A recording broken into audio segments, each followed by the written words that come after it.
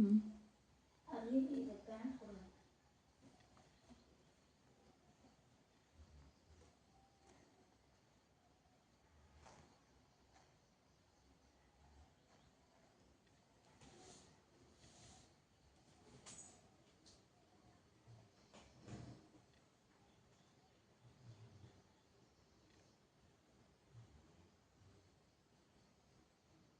ಶ್ರೀ ಸ್ವಾಮಿ ಸಮರ್ಥ ಶ್ರೀ ಅಕ್ಕಲ್ಕೋಟ್ ಶ್ರೀ ಸ್ವಾಮಿ ಸಮರ್ಥ ಸೇವಾ ಕನ್ನಡ ಯೂಟ್ಯೂಬ್ ಚಾನಲ್ದಾಗ ಎಲ್ಲರಿಗೂ ಸ್ವಾಗತ.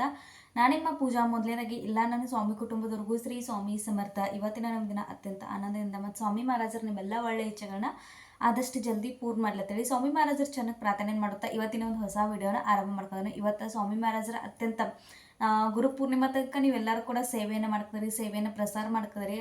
ನನಗಾದಷ್ಟು ಸೇವೆಯನ್ನು ನಾನು ನಿಮ್ಮ ಜೊತೆ ಶೇರ್ ಮಾಡ್ಕೊಂಡೆ. ಇವತ್ತು 21 ದಿನ ಸೇವೆ ಮಾಡೋಕ್ಕಾಗಲ್ದಾರ, ಒಂದು ರೀತಿ ನಮ್ಗೆ ಸೇವೆ ಮಾಡೋಕ್ಕಾದ್ರೂ ಮಾಡ್ಬೇಕನ್ನೋ ಇಚ್ಛೆ ಐತಿ, ಆದ್ರೆ ಅನುಕೂಲ ಆಕತ್ತಿಲ್ಲ ಅನ್ನೋರ ಈ 11 ದಿನ ಸೇವೆಯನ್ನು ಮಾಡ್ರಿ. ನೋಡ್ರಿ, ನಾವು ಒಂದು ದಿನ ಈ ಒಂದು ಗುರುಪೂರ್ಣಿಮೆ ತನಕ ಒಂದು ದಿನ ಕೂಡ ಸ್ವಾಮಿ ಮಹಾರಾಜರಿಗೆ ಸೇವೆಯನ್ನು ಸಮರ್ಪಣೆ ಮಾಡಿದ್ರೆ ಅದರ ಫಲಪ್ರಾಪ್ತಿನ ಅವ್ರು ಇಟ್ಕೊಳ್ಳ ನಮ್ಗೆ ವಾಪಸ್ ಖಂಡಿತ ಕೊಟ್ಟೆ ಕೊಡ್ತಾರೋ.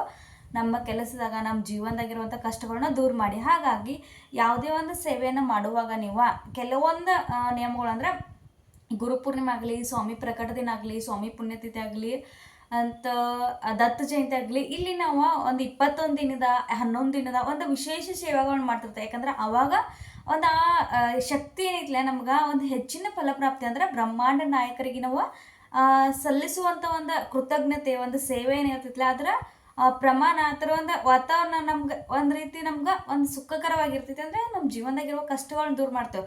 ಪ್ರತಿನಿತ್ಯ ಅಂತ ನಾವು ನಿತ್ಯ ಸೇವೆಯನ್ನು ಮಾಡ್ತಿರ್ತೇವೆ, ಆದರೆ ಇಂಥ ವಿಶೇಷ ದಿನಗಳಲ್ಲಿ ಸಲ್ಲಿಸಿದಂಥ ಸೇವೆ ನಮಗೆ ಹೆಚ್ಚಿನ ಒಂದು ಫಲಪ್ರಾಪ್ತಿಯನ್ನು ಕೊಟ್ಟು ಹೋಗ್ತೈತಿ, ಹೆಚ್ಚಿನ ಅನುಭೂತಿಯನ್ನು ಬರ್ತಾವೆ. ಇದ ಒಂದು ದಿನಗಳದಾಗ ನಂಗೆ ಸ್ವಾಮಿ ಮಹಾರಾಜರು ಯಾವ ರೀತಿ ಪರೀಕ್ಷೆ ತಗೋತಾರೋ, ಯಾವ ರೀತಿ ನಮ್ಗೆ ಅವರ ನಮ್ಗೆ ಪ್ರಚಿತಿಯನ್ನು ನೀಡ್ತಾರೋ ಅನ್ನೋ ಒಂದು ಅನುಭೂತಿ ಇದ ಒಂದು ಸಂಕಲ್ಪಯುಕ್ತ ಸೇವೆದಾಗ ನಮ್ಗೆ ಆಗ್ತಿರ್ತಾವೆ.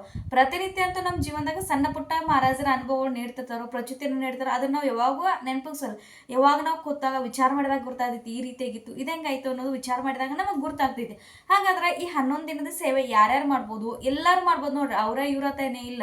ಸ್ವಾಮಿ ಸೇವೆ ಮಾಡ್ಬೇಕನ್ನೋ ಪ್ರತಿಯೊಬ್ರು ಸ್ವಾಮಿ ಭಕ್ತರಿಗೆ ಮನಸ್ಸಾಗ ಇಚ್ಛೆ ಇರೋ ಪ್ರತಿಯೊಬ್ರು ಕೂಡ ಸೇವೆಯನ್ನ ಮಾಡ್ಬೋದು.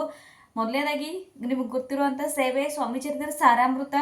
11 ನಿಮ್ಮ ಸ್ವಾಮಿ ಚರಿತ್ರೆ ಸಾರಾಮೃತ ಆಗ್ತಾವೆ. ಗುರು ಪೂರ್ಣಿಮೆ ತನಕ ಸ್ವಾಮಿ ಮಹಾರಾಜರಿಗೆ ನೀವು ಸಲ್ಲಿಸುವಂಥ ಸೇವೆ ಏನೈತಿ, ಸ್ವಾಮಿ ಚರಿತ್ರದ 11 ಗುರು ಪೂರ್ಣಿಮೆ ತನಕ ಸ್ವಾಮಿ ಚರಿತ್ರೆ ಸಾರಾಮೃತ. ಸ್ವಾಮಿ ಮಹಾರಾಜರ ಅತ್ಯಂತ ಪ್ರಭಾವಿ ಯಾವುದೋ ಒಂದು ಸೇವೆ ಐತಿ, ಜೀವನವನ್ನು ಬದಲಾಯಿಸುವಂಥ ಸೇವೆ, ನಮ್ಮ ಭೋಗಗಳನ್ನು ಕಡಿಮೆ ಮಾಡುವಂಥ ಸೇವೆ ಅಂದರೆ ಸ್ವಾಮಿ ಚರಿತ್ರೆ ಸಾರಾಮೃತ. ಸ್ವಾಮಿ ಚರಿತ್ರೆ ಸಾರಾಮೃತ ಇಷ್ಟು ಪವರ್ಫುಲ್ ಗ್ರಂಥ ಇಲ್ಲ. ನಿಮ್ಮ ಮನ್ಯಾಗ ಆ ಗ್ರಂಥ ತಂದು ಇಟ್ಕೋರಿ, ನಿಮ್ಮ ಮನ್ಯಾಗ ಅದ್ರ ಸೇವೆಯನ್ನು ಮಾಡ್ರಿ. ನಿಮಗೆ ಗೊತ್ತಾಗ್ತೈತಿ ಅದರ ಅನುಭೂತಿ, ಅದರ ಪ್ರಚಿತಿ. 1 ವರ್ಷ ಕಂಟಿನ್ಯೂ ನೀವು ನೋಡ್ರಿ, ನಾವು ಕಂಟಿನ್ಯೂ ಮಾಡ್ತೀವಿ ಅಂದ್ರೆ ಕೆಲವೊಂದ್ಸಲ ನಮ್ಮ ಕಡೆಯಿಂದ ತಪ್ಪಗಳು, ಸಣ್ಣ ಪುಟ್ಟ ಗ್ಯಾಪ್ಗಳು ಆಗ್ತಿರ್ತ. ಅಂಥ ಟೈಮ್ದಾಗ ಅದನ್ನೆಲ್ಲ ಬಿಟ್ಟು ನಾವು 1 ವರ್ಷ ಪೂರ್ತಿ ಸ್ವಾಮಿ ಚರಿತ್ರೆ ಸಾರಾಮೃತ ನೀವು ಯಾವುದೇ ಒಂದು ಇದಿಲ್ದ ಓದಿ ನೋಡ್ರಿ. ನೀವ ನನಗೆ ಕಮೆಂಟ್ ಹಾಕ್ತೀರಿ, ಅಕ್ಕ ಎಷ್ಟು ಬದಲಾವಣೆ ಆಗೈತಿ, ಎಷ್ಟು ಶಾರೀರಿಕ, ಮಾನಸಿಕ, ಮನ್ಯಾಗ, ಆರ್ಥಿಕ ಎಲ್ಲ ಒಂದು ಕ್ಷೇತ್ರದಾಗ ನಮ್ಮ ಜೀವನವನ್ನು ಟೋಟಲ್ ಆಗಿ ಬದಲಾಗಿತ್ತು ಅಂತ ನೀವು ಕಮೆಂಟ್ ಹಾಕ್ತೀರಿ. ಅದರ ನಿಸ್ವಾರ್ಥ ಭಾವನೆಯಿಂದ ಪೂರ್ಣ ಶ್ರದ್ಧೆ ಇಟ್ಟ ಸೇವೆಯನ್ನು ಮಾಡ್ರಿ.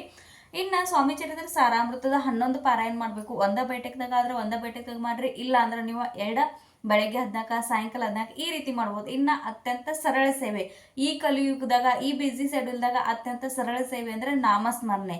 ಶ್ರೀ ಸ್ವಾಮಿ ಸಮರ್ಥ ಈ ಷಡಾಕ್ಷರ ಮಂತ್ರದ ನಮ್ಗೆ ಸತತವಾಗಿ ನಾಮಸ್ಮರಣೆಯನ್ನು ಮಾಡೋದೈತಿ. ಇನ್ನು ದಿನಗಳು ಕಳೆದಂಗೆ ನಮ್ಗೆ ಸೇವೆ ಒಂದು ಹೆಚ್ಚಿನ ಮಾಡಬೇಕು, ಸೇವೆ ಅದನ್ನ ಮಾಡಬೇಕು ಇದನ್ನ ಮಾಡಬೇಕು ಅಂತೇಳಿ ನಾವು ಪ್ಲ್ಯಾನ್ ಹಾಕ್ತಿರ್ತೇವೆ. ಪ್ಲ್ಯಾನ್ ಹಾಕೋದ್ರಾಗ 1-2 ದಿನ ನಮಗೆ ಕಳೀತಿರ್ತೇವೆ. ಆದ್ರೆ ನೀವು ಯಾವತ್ತು ವಿಡಿಯೋ ನೋಡಿದ್ರೆ ಅವತ್ತಿನ ದಿನ ನೋಡ್ರಿ. ಈಗ 11 ದಿನ ಆದ ಕೂಡಲೇ ಅಥವಾ ಸೇವೆದ ಈಗ 19 ತಾರೀಕಿನಿಂದ ಬರೋ 19 ತಾರೀಕಿನಿಂದ ನಮಗೆ ಸೇವೆಯನ್ನು ಮಾಡೋದೈತಿ. ಇದಕ್ಕಿಂತ ಲೇಟಾಗಿ ನೀವು ಸೇವೆಯನ್ನು ನೋಡ್ರಿ, ವಿಡಿಯೋನ ನೋಡ್ರಿ ಅಂದ್ರೆ ಅವಾಗಿಂದ ನಾನು ಸೇವೆಯನ್ನು ಸ್ಟಾರ್ಟ್ ಮಾಡ್ರಿ. ಸಂಕಲ್ಪ ಮಾಡ್ರಿ, ಮಹಾರಾಜರ ನನಗಿಷ್ಟು ಗುರು ಪೂರ್ಣಿಮೆ ತನಕ ನನಗಿಷ್ಟು ಸೇವೆಯನ್ನು ಮಾಡ್ತೇನೆ ಅಂತ ಹೇಳಿ. ಅದಕ್ಕಿಂತ ಮುಂಚೆ ನೀವು 11 ದಿನದ ಸೇವೆಯನ್ನು ಮಾಡ್ತೀರಿ ಅಂದ್ರೆ 11 ದಿನದ ಮೊದಲನೇದಾಗಿ ಸಂಕಲ್ಪ ಮಾಡ್ಕೋದೈತಿ, ಆನಂತರ ಸೇವೆಗೆ ಆರಂಭ ಮಾಡೋದೈತಿ. ಸ್ವಾಮಿ ಮಹಾರಾಜರ ನಾಮಸ್ಮರಣ ಜಪಮಾಲೆ ಹಿಡ್ಕೊಂಡು ಮಾಡ್ರಿ, ಇಲ್ಲಾಂದ್ರೆ ಸತತವಾಗಿ ನಾಮಸ್ಮರಣ ಮಾಡ್ರಿ. ಇನ್ನೊಂದು ಅತ್ಯಂತ ನಮ್ಮ ಮನಸ್ಸಿಗೆ ನೆಮ್ಮದಿಯನ್ನು ಕೊಡುವ, ನಮ್ಮ ಮನಸ್ಸಾಗಿರುವಂಥ ಎಷ್ಟೋ ಸಮಸ್ಯೆಗಳಿಗೆ ಸ್ವಾಮಿ ಮಹಾರಾಜರು ಸಾಕ್ಷಾತ್ ಉತ್ತರ ಕೊಟ್ಟಂಥ ಒಂದು ಸೇವೆ ಅಂದರೆ ತಾರಕ ಮಂತ್ರದ ಸೇವೆ. 11 ಸಲ 11 ದಿನ, 11 ಸಲ ಅನ್ಬೇಕು, 11 ದಿನ ಗುರು ಪೂರ್ಣಿಮೆ ತನಕ ನಮ್ಗೆ ಸೇವೆ ಮಾಡೋದೈತಿ. ತಾರಕ ಮಂತ್ರದ ಅನುಷ್ಠಾನವನ್ನು ಮಾಡೋದೈತಿ.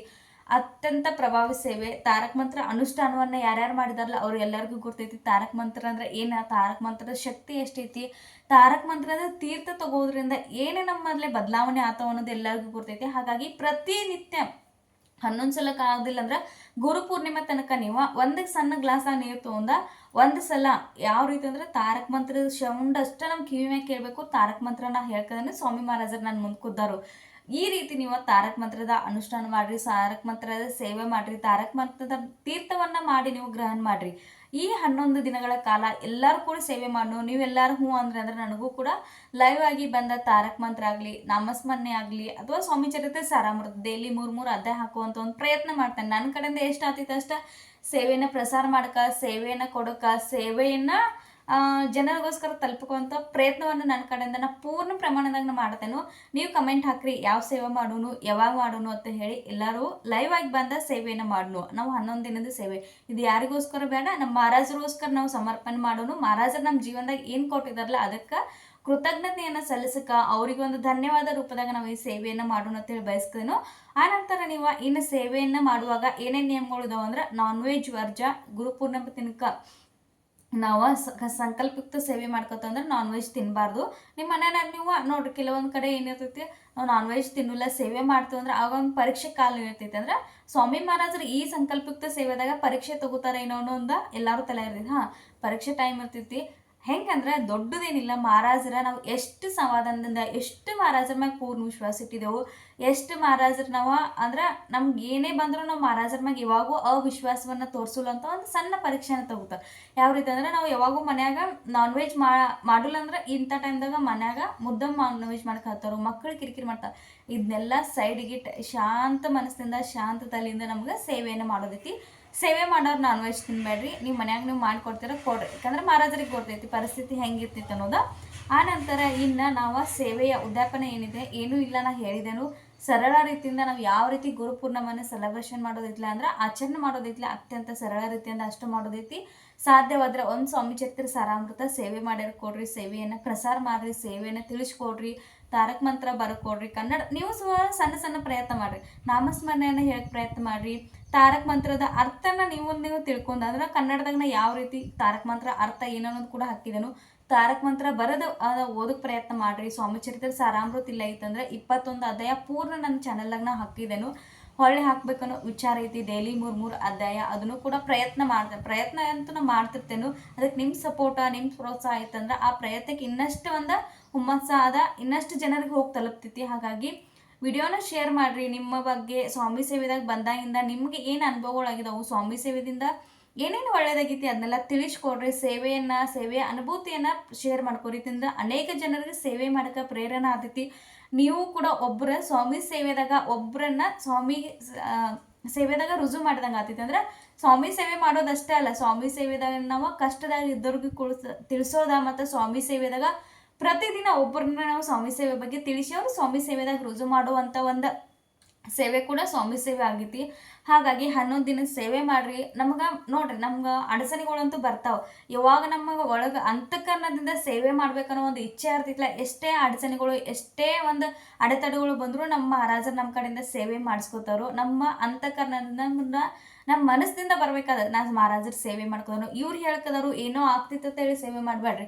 ನೀವು ಮಹಾರಾಜರು ಇದ್ದಾರೋ ನನ್ನ ಜೊತೆ ಇದ್ದಾರೋ, ಏನೇ ಕಷ್ಟ ಬಂದರು ಎಲ್ಲರೂ ಕೈ ಬಿಟ್ಟರು ಮಹಾರಾಜರು ನನ್ನ ಕೈ ಬಿಡಲ್ಲ ಅನ್ನೋ ಒಂದು ಶ್ರದ್ಧೆ ಭಕ್ತಿ ವಿಶ್ವಾಸದಿಂದ ನೀವು ಯಾವಾಗ ಮಹಾರಾಜರ ಸೇವೆ ಮಾಡ್ತಿರಲ್ಲ ಖಂಡಿತ ನಿಮಗೆ ಪ್ರಚಿತಿ ಕೊಡ್ತಾರೋ.